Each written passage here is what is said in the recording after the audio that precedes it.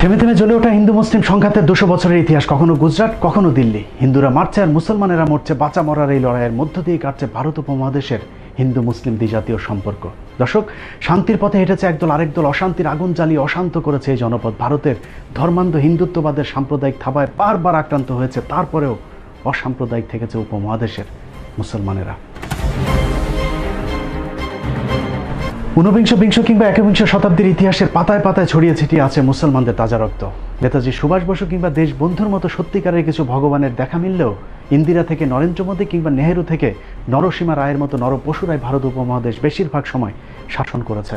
শাসনের নামে শোষণে মুসলমানদেরকে কতটা নিষ্পেষণ সহ্য করতে হয়েছে তার অজানা কিছু ইতিহাস নিয়ে আজকের পর্ব। আপনাদের সাথে আছি আমি ইলিয়াস হুসাইন।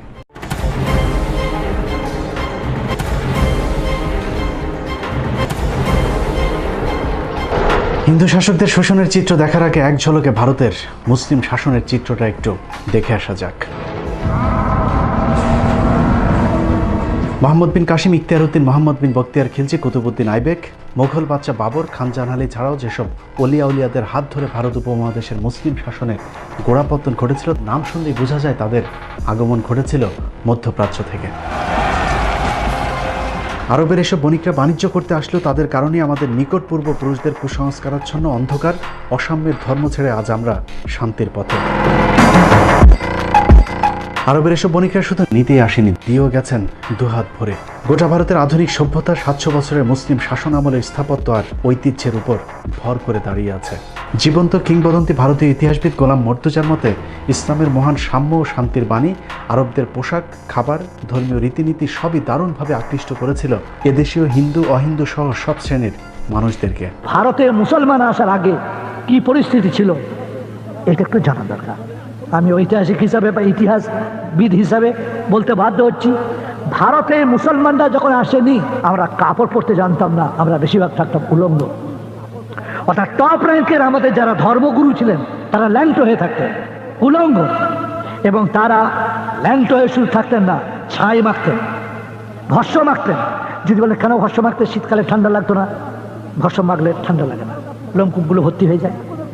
আজও যদি ভারত আপনি ঘরেন, তা এখনো কিছু পুরো উলঙ্গ সাধু সন্ন্যাসী দেখতে পাবেন না, উত্তর দিন, পুরো উলঙ্গ। উলঙ্গ ভারতের অসভ্য জাতিকে শুধু মুসলমান শাসকেরা সভ্য হতেই শেখায়নি, হিন্দুদের সব বিপদে পরম বন্ধু হয়ে পাশে দাঁড়িয়েছে হাজী শরীয়তুল্লাহ তিতুমির আর দুদু মিয়ারা। ভারতের রাজধানী দিল্লির ইন্ডিয়া গেট।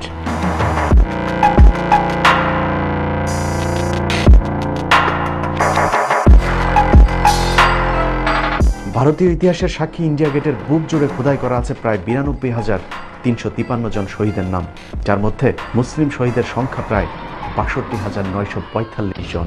তারপরেও ইতিহাস বিকৃতির মধ্য দিয়ে মুসলিম নায়কদেরকে হিন্দুদের চোখে সবচেয়ে খলনায়ক বানানো হয়েছে। কথায় কথায় উগ্র হিন্দুরা যাদেরকে পাকিস্তানে চলে যাবার কথা বলে, সেই মুসলিম বীরদের বীরত্বের চিত্রটা দেখলেই পরিষ্কার হয়ে যাবে আসলে ভারত উপমহাদেশে মুসলমানদের অবদান কি। বাংলার যে স্বাধীন নবাবের সময় ভারত পরাধীন হয়েছিল তিনাকে দিয়ে শুরু করি। ভারতের স্বাধীনতা রক্ষায় প্রথম শহীদের নাম নবাব সিরাজউদ্দৌলা, যিনি একজন মুসলিম। মির্জাফরের বিশ্বাসঘাতকতায় 1757 সালের 23শে জুন পলাশির যুদ্ধে নবাব সিরাজউদ্দৌলার পতনের পর যিনি ইংরেজদের বিরুদ্ধে প্রথম অস্ত্র হাতে তুলে নিয়েছিলেন, তিনি মীর জাফরেরই জামাতা মীর কাসিম, তিনিও একজন মুসলমান। 1764 সালে বক্সারের যুদ্ধে মীর কাসিমের পরাজয়ের মধ্য দিয়ে মুসলিম শাসনের পরিসমাপ্তি ঘটে, আর সেই সাথে ডুবে যায় ভারত উপমহাদেশের স্বাধীনতার শেষ আলোটুকু।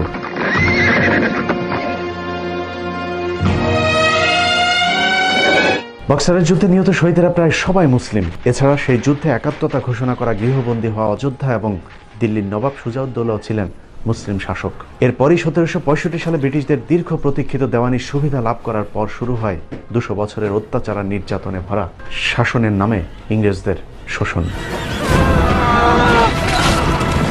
জমিদারি সুবিধা পেয়ে হিন্দু জমিদাররা সেই শাসন মেনে নিল, মুসলিমরা বিদ্রোহ চালিয়ে যেতে থাকে।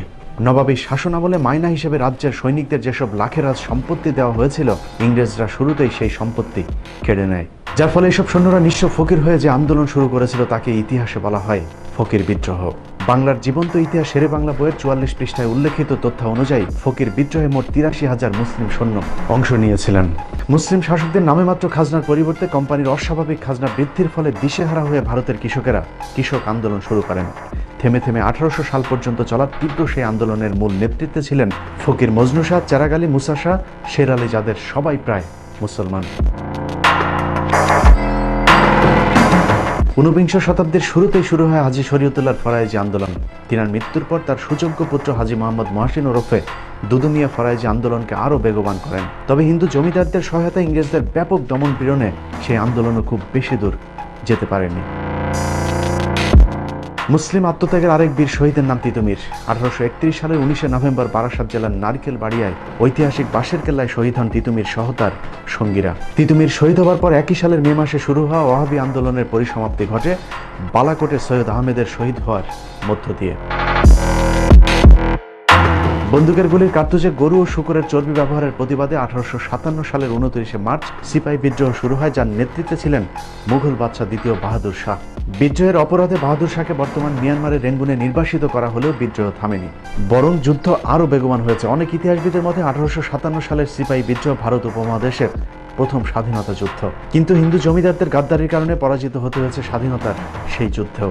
হিন্দু জমিদারেরা বিভিন্ন জায়গায় স্বাধীনতাকামী মুসলমানদেরকে ধরে ইংরেজদের হাতে তুলে দেয়। জমিদারদের সহায়তায় তৎকালীন পূর্ব বাংলায় নেতৃত্ব দেওয়া মুসলিম বীর সিপাহী রজব আলীকে তার বাহিনী সহ গণফাঁসি দেওয়া হয়, যার প্রমাণ এখনও ঢাকার বাহাদুর শাহ পার্কে গেলে পাওয়া যাবে। এছাড়া ব্রিটিশ বিরোধী প্রতিটি আন্দোলনে মুসলিমরা সামনে থেকে নেতৃত্ব দিয়েছেন। তারপরেও ভারতের স্বাধীনতার জনক কোনো মুসলমানকে করা হয়নি, বরং সেই উপাধি দেওয়া হয়েছে মহাত্মা গান্ধীকে, যিনি 1916 সাল পর্যন্ত ভারতেই ছিলেন না। আর এখনকার হিন্দু নেতারা তো বলে বেড়াচ্ছেন মুসলমানদের কোনো বাঁচার অধিকারই থাকতে নেই। We know where the Muslim population is large, there's always trouble because Islamic ideology says so. If Muslims become more than 30%, that country is in danger. সেই সময়ের সিপাহী বিদ্রোহে কত মানুষকে হত্যা করা হয়েছে এবং তারা কারা ছিলেন, তাদের পরিচয় কি, তাদের ধর্মীয় পরিচয় কি, ইতিহাস বলছে যে তাদের মেজর অংশ, তাদের বেশিরভাগ অংশ ছিল মুসলিম। আজকের মুসলমানদেরকে বলা হয় তোমাদের কোনো অবদান নেই। এই বিকৃত ইতিহাস সম্পর্কে দেশবাসীকে সাবধান থাকতে হবে। কখনো কি চিন্তা করেছেন সম্রাট বাবর, শাহজাহান আর আওরঙ্গজেবদের 700 বছরের শাসন আমলের পরেও কেন হঠাৎ করেই মুসলমানদের এত অধপতন হলো, আর কেনই বা হিন্দুদের অস্বাভাবিক এমন উত্থান হলো ভারতবর্ষে? 1757 থেকে 1857, 100 বছর ইংরেজরা মেরেছে, মুসলিমরা মরেছে। আর সুযোগ সন্ধানী হিন্দু ব্রাহ্মণরা পেয়েছে শিক্ষা, চাকরি, আর সেই সাথে মুসলিমদের কাছ থেকে ইংরেজদের কেড়ে নেয়া জমিদারি। ভারতের মহারাষ্ট্র সরকার প্রকাশিত ভারতীয় সংবিধানের জনক বি.আর. ডক্টর আম্বেদকর রচনাবলীর 8ম খণ্ডের 305 নম্বর পৃষ্ঠায় উল্লেখ করা হয়েছে 1812 সাল থেকে 1814 সাল পর্যন্ত ইংরেজরা একটি জরিপ করে দেখেন কাদেরকে এদেশে কুকুরের মতো ব্যবহার করা যাবে। সেই রিপোর্ট অনুযায়ী ব্রাহ্মণদের সবচেয়ে প্রভুভক্ত হিসেবে উল্লেখ করা হয়। রিপোর্টের একটি গুরুত্বপূর্ণ উক্তি ঠিক এই রকম: in most part of the country the Brahmin and the beggar are the synonymous. অর্থাৎ ব্রাহ্মণরা এতটাই তেলবাজ ছিল যে তাদেরকে ভিক্ষুকের সাথে তুলনা করা হয়েছিল। এভাবেই কুকুরের মতো হিন্দুরা ইংরেজ মনিবদের কাছে যেতে থাকে, আর মুসলমানদের সাথে ইংরেজদের বাড়তে থাকে দূরত্ব। কিন্তু ব্যাক টু ব্যাক মুসলিম বিদ্রোহের দিশেহারা ইংরেজরা চিন্তা করলো ভারতের টিকে থাকতে হলে মুসলমানদেরকে শিক্ষা ও চাকরিতে টানতে হবে। লর্ড ম্যাকুলের নেতৃত্বে 1854 সালে একটি শিক্ষা কমিশন গঠন করা হয়। কমিশনের পরামর্শ অনুযায়ী 1858 সালে ব্রিটিশ সম্রাজ্ঞী মহারানী ভিক্টোরিয়া শিক্ষা কমিশনকে হিন্দু মুসলিম সবাইকে সমানভাবে শিক্ষা ও চাকরিতে সুযোগ দেবার আদেশ দেন। মুসলমানদের একাংশ নারীর সে সিদ্ধান্ত মেনে নিলে ভারত উপমহাদেশে শুরু হয় নতুন আরেক অধ্যায়ের। মুসলিমরা যখন হিন্দুদের স্বার্থপরতা বুঝে নিজেরাও শিক্ষা, চাকরির সুবিধা নিতে রাজি হয়, তখনই একে একে বের হতে থাকে হিন্দুদের আসল হিংসাত্মক চরিত্র। বিদ্যালয়গুলোতে মুসলিম ও নিচু বর্ণের হিন্দুরা পড়াশোনা করতে চাইলেও সেখানে বাধা দেয় হিন্দু ব্রাহ্মণরা। ব্রাহ্মণদের এই বৈষম্য দেখে জাস্টিস স্যার সৈয়দ আমির আলী 1857 সালে বেসরকারিভাবে মুসলিমদের জন্য অ্যাংলো মোহামেডান স্কুল প্রতিষ্ঠা করেন, যেখানে মুসলমানদের পাশাপাশি হিন্দু নিচু বর্ণের মানুষদেরকেও পড়াশোনার সুযোগ দেওয়া হয়। আর এতে আরও ক্ষিপ্ত হয়ে ওঠে হিন্দু ব্রাহ্মণরা, কারণ সে সময় নিচু জাতের হিন্দুদের জন্য বিদ্যা অর্জন তো দূরের কথা, ধর্মীয় গ্রন্থ ছুঁয়ে দেখাও নিষিদ্ধ ছিল। মুসলমানদের শায়েস্তা করতে 1885 সালে হিন্দুরা জাতীয় কংগ্রেস নামে প্রথম ধর্মের ভিত্তিতে সাম্প্রদায়িক একটি রাজনৈতিক সংগঠন গড়ে তোলে। আর সেই সংগঠন থেকে মুসলমানদের শিক্ষার বিরুদ্ধে তীব্র আন্দোলন শুরু করে হিন্দু ব্রাহ্মণরা। পাল্টাপাল্টি অবশ্য নিজেদের শিক্ষার অধিকার রক্ষায় সৈয়দ স্যার আহমেদ আলীগড়ে গড়ে তোলেন Anglo Indian Mohammedan educational association, যা পরবর্তীতে মুসলিম লীগ নামে রাজনৈতিক দলে আত্মপ্রকাশ করে।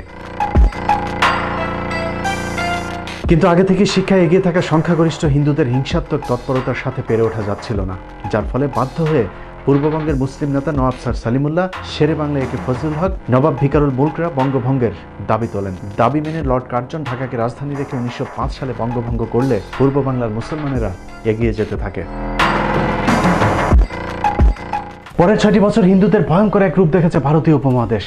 হিন্দুদের ব্যাপক বিক্ষোভের পর 2011 সালে বঙ্গভঙ্গ রদ করা হলো। পূর্ব বাংলার মুসলিম নেতা নবাব স্যার সলিমুল্লাহ ঢাকাতে অন্তত একটি বিশ্ববিদ্যালয়ের দাবি তোলেন। লর্ড হার্ডিঞ্জ সেই দাবি মেনে নিলে হিন্দুরা সেটারও বিরোধিতা করেন, আর যার নেতৃত্বে ছিলেন আমাদের সবার প্রিয় রবীন্দ্রনাথ ঠাকুর। রবীন্দ্রনাথের নাম শুনে অনেকেরই কপাল হয়তো মাথায় উঠতে পারে, কিন্তু ইতিহাস কখনো মুছে ফেলা যায় না। মুসলিম শিক্ষা এবং ঢাকা বিশ্ববিদ্যালয়ের বিরুদ্ধে রবীন্দ্রনাথের নেতৃত্বে ব্যাপক সেই আন্দোলনের অংশ হিসেবে 1912 সালে কলকাতার গড়ের মাঠে বিশাল এক জনসভার ডাক দেওয়া হয়।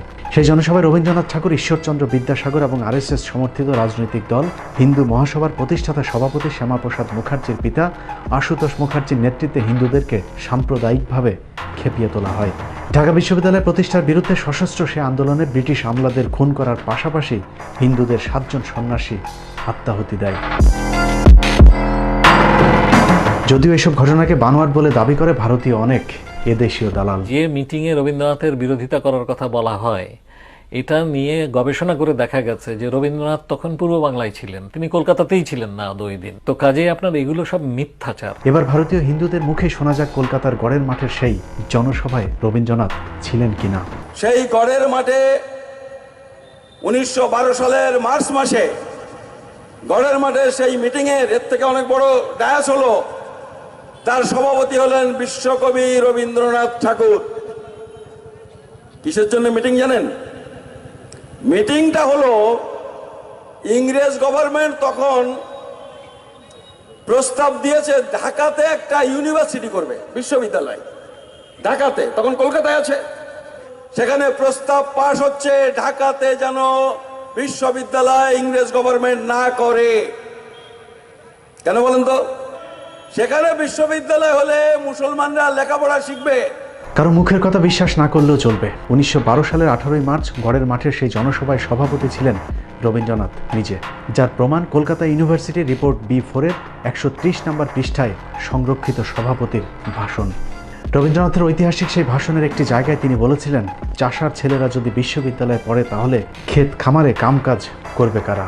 শুধু এটাই নয়, শ্রী নীরজ চৌধুরীর the autobiography of unknown India বইয়ের তথ্যানুযায়ী রবীন্দ্রনাথ মুসলিমদের বিদ্রুপ করে বলতেন, মুসলমানরা হচ্ছে লাইভ স্টক, গৃহপালিত পশু। কিন্তু সেই ইতিহাস এখন আর কেউ পড়ে না। 1971-এর পর বদলে যায় সবকিছু। চরম মুসলিম বিদ্বেষী রবীন্দ্রনাথ এখন আমাদের প্রাণের কবি। দুর্গাকে উদ্দেশ্য করে যার লেখা কবিতাটাই এখন আমাদের জাতীয় সঙ্গীত। হিন্দুদের মা দুর্গাকে নিয়ে লেখা যে কীর্তনকে আমরা জাতীয় সঙ্গীত হিসাবে গেয়ে থাকি, সেটার মূল গান 25 লাইনের।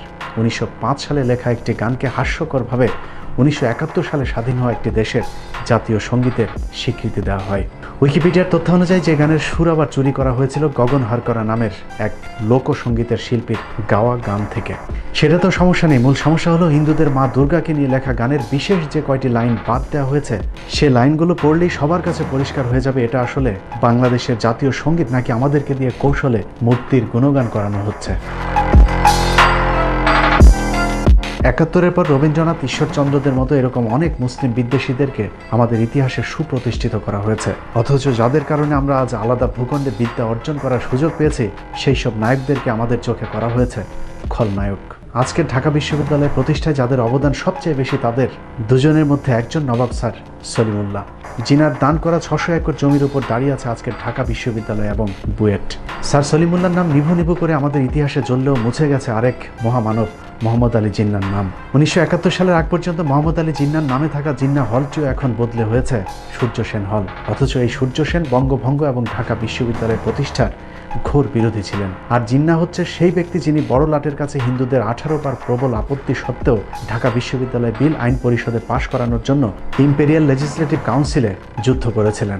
ভারতের বিখ্যাত লেখক শৈলেশ কুমার বন্দ্যোপাধ্যায়ের লেখা জিন্না পাকিস্তান নতুন ভাবনা বইয়ের 26 নম্বর পৃষ্ঠার তথ্য অনুযায়ী 1971 খ্রিস্টাব্দে জিন্না ইম্পেরিয়াল লেজিসলেটিভ কাউন্সিলে যে ঐতিহাসিক বক্তৃতা দিয়েছিলেন তার মধ্যে ঢাকা ও পাটনা বিশ্ববিদ্যালয় বিল অন্যতম। জিন্নার সেই বিলের উপর ভিত্তি করে 1921 সালে প্রতিষ্ঠিত হয় প্রাচ্যের অক্সফোর্ড খ্যাত ঢাকা বিশ্ববিদ্যালয়। শুধু ঢাকা বিশ্ববিদ্যালয় নয়, জিন্নার কারণে বাংলাদেশ ও পাকিস্তানের মুসলিমরা আজ আলাদা ভূখণ্ড পেয়েছে। তা না হলে আমাদেরকেও হয়তো কাশ্মীর, হায়দ্রাবাদ কিংবা দিল্লির মুসলমানদের মতো ভাগ্যবরণ করতে হতো। এভাবেই ভারতীয় দালালেরা বাংলাদেশের বুক থেকে একের পর এক দেশপ্রেমিক মুসলমানদের নাম মুছে ফেলার ষড়যন্ত্র করছে। মুক্তিযুদ্ধের বিজয়ের মুহূর্তে ভারতীয় জেনারেল অরোরাকে রাখা হলেও রাখা হয়নি বাংলাদেশের সর্বাধিনায়ক জেনারেল ওসমানী কিংবা কোনো সেক্টর কমান্ডারকে। স্বাধীনতার পর থেকে ভারত বাংলাদেশের উপর দাদাগিরি চালাতে থাকে। ভারতের লুটপাটের যে যখন বাধা দিয়েছে তাকেই গুম করা হয়েছে। 1972 সালের এপ্রিলে ভারতীয় বাহিনী বাংলাদেশ ছেড়ে গেলেও বাংলাদেশকে তারা সব সময় নিয়ন্ত্রণ করেছে। যখন যে রাজনীতিবিদ তাদের বিপক্ষে কাজ করেছে তাকেই করুণভাবে হত্যা করা হয়েছে। অভিযোগ আছে বঙ্গবন্ধু হত্যাকাণ্ড ভারতের পরোক্ষ মদত ছিল। যুদ্ধের পর বাংলাদেশের উপর ভারতের একক আধিপত্য মেনে না নেওয়া, বিভিন্ন দেশ থেকে আসা ত্রাণের হিসাব চাওয়া, এপ্রিলের মধ্যে ভারতীয় সেনাবাহিনীকে বাংলাদেশ ছাড়তে বাধ্য করা এবং ভুট্টোকে রাষ্ট্রীয় অতিথি হিসেবে বাংলাদেশে আনা সহ বেশ কয়েকটি বিষয়ে শেখ মুজিবের সাথে ভারতের সম্পর্কের টানাপোড়েন হয়। যে কারণে 15 আগস্টের সেনা বিদ্রোহের বিষয়টি ভারতীয় হাইকমিশন দিল্লিকে জানালেও মুজিবকে কেউই অবগত করেনি। অন্যদিকে কূটনৈতিকভাবে বাংলাদেশকে অনন্য উচ্চতায় নিয়ে যাওয়া বাংলাদেশের ইতিহাসের সবচেয়ে জনপ্রিয় রাষ্ট্রনায়ক জিয়াউর রহমানকে হত্যা করা ভারতের জন্য বাধ্যতামূলক হয়ে ওঠে। কারণ দেশের ব্যাপক উন্নয়ন এবং ভারতকে টপকে শহীদ জিয়াউর রহমানের বিশ্ব নেতা হয়ে ওঠা ভারতের জন্য ছিল চক্ষুশূল। যে কারণে শহীদ প্রেসিডেন্ট জিয়াউর রহমান হত্যাকাণ্ডে ভারতের সরাসরি জড়িত থাকার জোর গুঞ্জন রয়েছে। একই ভাগ্যবরণ করতে হয়েছে জামাত ইসলামীকে। 1971 থেকে আজ পর্যন্ত ধারাবাহিকভাবে ভারত বিরোধিতায় কাল হয়ে দাঁড়িয়েছে দলটির। যে কারণে জামায়াতের সিনিয়র নেতাদের পাশাপাশি মাওলানা দেলোয়ার হোসেন সাইদি এবং শহীদ কাদের মোল্লাকেও ফাঁসানো হয়েছে। অথচ 71 সালে শহীদ কাদের মোল্লা বিশ্ববিদ্যালয়ের প্রথম শ্রেণীর একজন শিক্ষার্থী। তার মতো সরল লোক আর ভালো লোক খুব এই পৃথিবীতে কমই আছে। এছাড়াও বিএনপি নেতা ইলিয়াস আলী, সালাউদ্দিন আহমেদ সহ অসংখ্য রাজনৈতিক নেতাদেরকে ভারত তাদের স্বার্থে গুণ করেছে। শুধু রাজনৈতিক নেতা নয়, সেনাবাহিনীর দেশপ্রেমিক অফিসারদেরকেও পিলখানায় কথিত বিদ্রোহের নামে পরিকল্পিতভাবে হত্যা করা হয়েছে। সেনাবাহিনীর যেসব অফিসাররা সেই হত্যাকাণ্ডের বিচার চেয়েছেন তাদেরকেও গুম কিংবা চাকরিচ্যুত করে দেশান্তরী করা হয়েছে। যেহেতু এই 25শে ফেব্রুয়ারি 2009 সালের আমি একজন উইটনেস, তো অনেকদিন চুপ ছিলাম এবং নিশ্চুপ থেকে হঠাৎ করে মনে হলো যে আসলে একটা মোরাল রেসপন্সিবিলিটি আছে, যে কিছু বলা দরকার। অ্যাটলিস্ট কিছু যেগুলো দেখেছি এগুলো যদি না বলি তো একটা সময় আসবে যখন এই ধরনের লোকের সংখ্যা কমে যাবে। যে এক্সপিরিয়েন্স আমরা ইতিমধ্যে বিভিন্ন ঘটনা থেকে আমাদের দেশে আমরা পেয়েছি। এখানে আসলে ইনভেস্টিগেশনের আর কিছু বলার নাই। 11,000 পাতার ইনভেস্টিগেশন পরে আসছে, এমন 800 পাতায় না সামথিং, অনেক কিছু জমা দেওয়া হয় নাই। অনেকগুলো হার্ড এভিডেন্স ডিনাই করা হয়েছে। অনেকের সিসিটিভি ফুটেজ আছে, যে সিসিটিভি ফুটেজগুলা সিডি বা কেস ডায়েরি দেওয়া হয় নাই।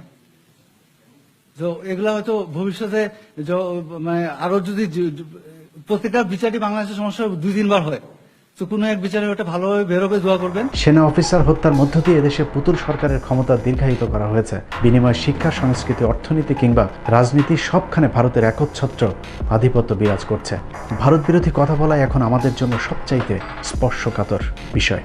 কথা বলেছিলাম এনআরসি নিয়ে, এটা আপনারা অনেকে জানেন না, আমি বলার সুযোগ পাইনি, যে আপনাদের একটু জানা দরকার। যে একজন ঊর্ধ্বতন গোয়েন্দা সংস্থার লোক আমাকে বলেছিল, নূর তুমি তো ইদানিং ভালো কথা বলো, তবে এভাবে সরকারের বিরোধিতা করে তো টিকতে পারবা না। আর এনআরসি ভারতের বিষয়, এগুলো নিয়ে তুমি কথা না বলাটাই বেটার। দ্যাট মিনস সে কিন্তু আগে থ্রেট দিত, এখন থ্রেট না, জেন্টেল ওয়েতে কিন্তু থ্রেট দিয়ে দিয়েছে যে এটা নিয়ে কথা না বলা বেটার। দ্যাট মিনস আমাকে কিন্তু নিষেধ করে দিচ্ছে। শেখ মুজিব থেকে জিয়াউর রহমান, শহীদ আব্দুল কাদের মোল্লা থেকে আবরার ফাহাদরা যখন জীবন দিয়েছে তখন আমরা ভারতের বিপক্ষে চুপ ছিলাম, কিন্তু একটু ভেবে দেখুন, কাল আমি, তারপর দিন হয়তো আপনার পালা।